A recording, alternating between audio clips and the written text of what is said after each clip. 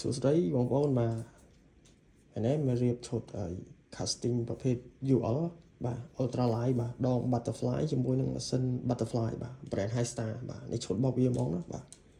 ដក1.8 ម៉ែត្របងប្អូនដងនេះខ្ញុំធ្លាប់យកមកលក់ច្រើនហើយទៅចូល stock វិញទេមានទាំង casting និង spinning ឥឡូវខ្ញុំរៀបឈុត casting ឲ្យមួយបាទអានេះhigh star butterfly ដូចគ្នាម៉ាស៊ីនបាទ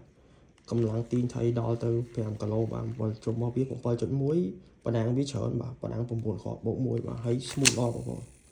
smooth ល្អមែនទេបាទអូខេថៃទាញក៏លាន់សលេងដែរបាទហើយដងនេះគឺវាមាន sound click នៅកន្លែងជើងម៉ាស៊ីននេះបាទកន្លែងរឹតនេះបាទលយមែនទេបាទកវ៉ាល់ Fuji ទៀតបងប្អូន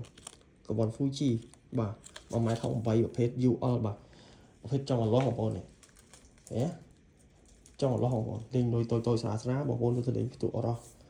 អីមកត្រីស្រែយើងហ្នឹងបាទលេងបានបងប្អូនត្រីខ្មាន់ទៅអីលេងលុយតូចបងប្អូនហើយឈុតនេះគឺតម្លៃគឺតម្លៃជាង40បាទតម្លៃជាង$40ហើយបងប្អូនអាចតាក់ទងមកបានបាទហើយឈុតចេះគឺមានខ្សែមាននុយមានកវ៉ាល់ឲ្យបងប្អូនមក set ទៅហ្មងណាបាទស្អាតបងប្អូនស្អាតភ្លេចនិយាយដង spec របស់វាគឺ2ដល់6 lb ខ្សែហើយនុយពី1ដល់8ក្រាមបងប្អូន action វា fast បាទ1.8 ម៉ែត្រដង UL បងប្អូនកវ៉ាល់ Tres Fuji បាទចង់ឲ្យលាស់ហើយបងប្អូនចឹងមួយដែលសួររដងប្រភេទ UL ដងតូចចេះណាបាទឥឡូវមាន stock ហើយមានទាំង casting និង spinning